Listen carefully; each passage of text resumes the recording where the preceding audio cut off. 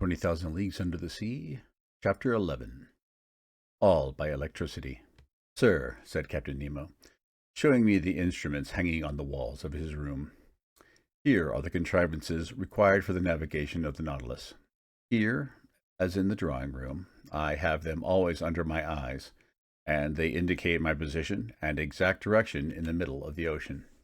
Some are known to you, such as the thermometer, which gives the internal temperature of the Nautilus, the barometer, which indicates the weight of the air and foretells the changes of the weather, the hygrometer, which marks the dryness of the atmosphere, the storm glass, the contents of which, by decomposing, announce the approach of tempests, the compass, which guides my course, the sextant, which shows the latitude by the altitude of the sun, chronometers, by which I calculate the longitude, and glasses for day and night, which I use to examine the points of the horizon when the Nautilus rises to the surface of the waves.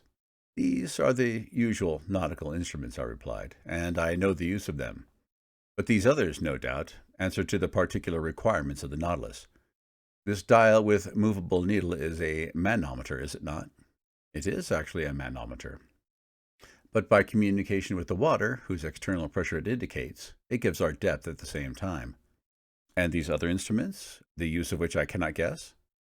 "Here, Professor, I ought to give you some explanations. Will you be kind enough to listen to me?" He was silent for a few moments. Then he said, "There is a powerful agent, obedient, rapid, easy, which conforms to every use and reigns supreme on board my vessel. Everything is done by means of it. It lights, warms it, and is the soul of my mechanical apparatus. This agent is electricity." "Electricity?" I cried in surprise. "Yes, sir." "Nevertheless, Captain, you possess an extreme rapidity of movement, which does not agree well with the power of electricity. Until now, its dynamic force has remained under restraint and has only been able to produce a small amount of power." "Professor," said Captain Nemo, "my electricity is not to everybody's. You know what seawater is composed of. In 1,000 grams are found 96.5% of water, and about 2 2/3% of chloride of sodium. Then, in a smaller quantity, chlorides of magnesium and of potassium, bromide of magnesium, sulfate of magnesia, sulfate and carbonate of lime. You see, then, that chloride of sodium forms a large part of it. So it is this sodium that I extract from the seawater, and of which I compose my ingredients. I owe all to the ocean. It produces electricity, and electricity gives heat, light, motion, and, in a word, life to the Nautilus." "But not the air you breathe?" "Oh, I could manufacture the air necessary for my consumption, but it is useless, because I go up to the surface of the water when I please.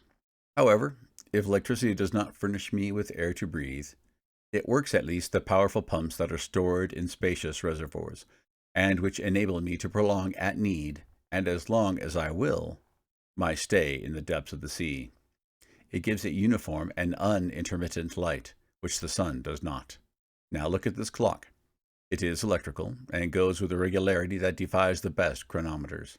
I have divided it into 24 hours, like the Italian clocks, because for me there is neither night nor day, sun nor moon, but only that factitious light that I take with me to the bottom of the sea. Look, just now it is 10 o'clock in the morning. Exactly. Another application of electricity. This dial hanging in front of us indicates the speed of the Nautilus.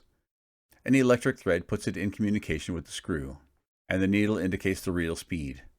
Look, now we are spinning along with a uniform speed of 15 miles an hour. It is marvelous! And I see, Captain, you are right to make use of this agent that takes the place of wind, water, and steam." "We have not finished, Monsieur Aronnax," said Captain Nemo, rising. "If you will allow me, we will examine the stern of the Nautilus." Really, I knew already the anterior part of the submarine boat, of which this is the exact division, starting from the ship's head. The dining room, 5 yards long, separated from the library by a watertight partition. The library, 5 yards long. The large drawing room, 10 yards long, separated from the captain's room by a second watertight partition. The said room, 5 yards in length. Mine, 2½ yards, And lastly, a reservoir of air, 7.5 yards, that extended to the bows. Total length, 35 yards, or 105 feet.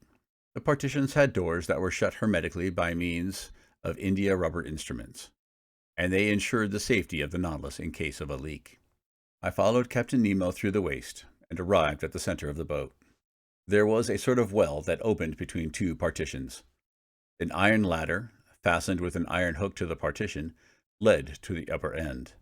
I asked the captain what the ladder was used for. "It leads to the small boat," he said.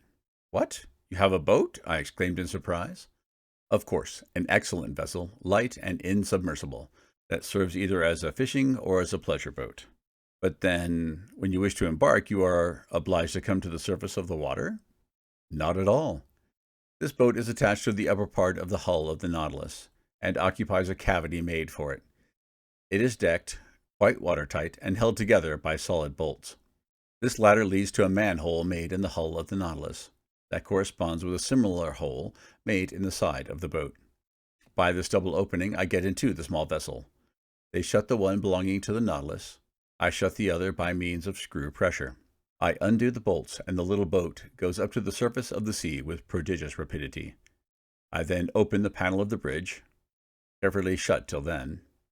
I mast it, hoist my sail, take my oars, and I'm off. But how do you get back on board? I do not come back, Monsieur Aronnax. The Nautilus comes to me. By your orders? By my orders. An electric thread connects us. I telegraph to it, and that is enough. Really? I said, astonished at these marvels. Nothing could be more simple. After having passed by the cage of the staircase that led to the platform, I saw a cabin 6 feet long, in which Conseil and Ned Land, enchanted with the repast, were devouring it with avidity. Then a door opened into a kitchen 9 feet long, situated between the large storerooms. There electricity, better than gas itself, did all the cooking. The streams under the furnaces gave out to the sponges of platina a heat which was regularly kept up and distributed. They also heated a distilling apparatus, which, by evaporation, furnished excellent drinkable water. Near this kitchen was a bathroom comfortably furnished with hot and cold water taps. Next to the kitchen was the berth room of the vessel, 16 feet long. But the door was shut, and I could not see the management of it, which might have given me an idea of the number of men employed on board the Nautilus. At the bottom was a fourth partition that separated this office from the engine room. A door opened, and I found myself in the compartment where Captain Nemo, certainly an engineer of a very high order, had arranged his locomotive machinery. This engine room, clearly lighted, did not measure less than 65 feet in length. It was divided into two parts. The first contained the materials for producing electricity, and the second the machinery that connected it with the screw. I examined it with great interest, in order to understand the machinery of the Nautilus. "You see," said the captain, "I use Bunsen's contrivances, not Ruhmkorff's. Those would not have been powerful enough. Bunsen's are fewer in number, but strong and large, which experience proves to be the best. The electricity produced passes forward, where it works by electromagnets of great size, on a system of levers and cogwheels that transmit the movement to the axle of the screw. This one, the diameter of which is 19 feet and the thread 23 feet, performs about 120 revolutions in a second, and you get then a speed of 50 miles an hour. I have seen the Nautilus maneuver before the Abraham Lincoln, and I have my own ideas as to its speed, but this is not enough. We must see where we go. We must be able to direct it to the right, to the left, above, below. How do you get to the great depths, where you find an increasing resistance, which is rated by hundreds of atmospheres? How do you return to the surface of the ocean? And how do you maintain yourselves in the requisite medium? Am I asking too much?" "Not at all, Professor," replied the captain, with some hesitation, "since you may never leave this submarine boat. Come into the saloon. It is our usual study, and there you will learn all you want to know about the Nautilus."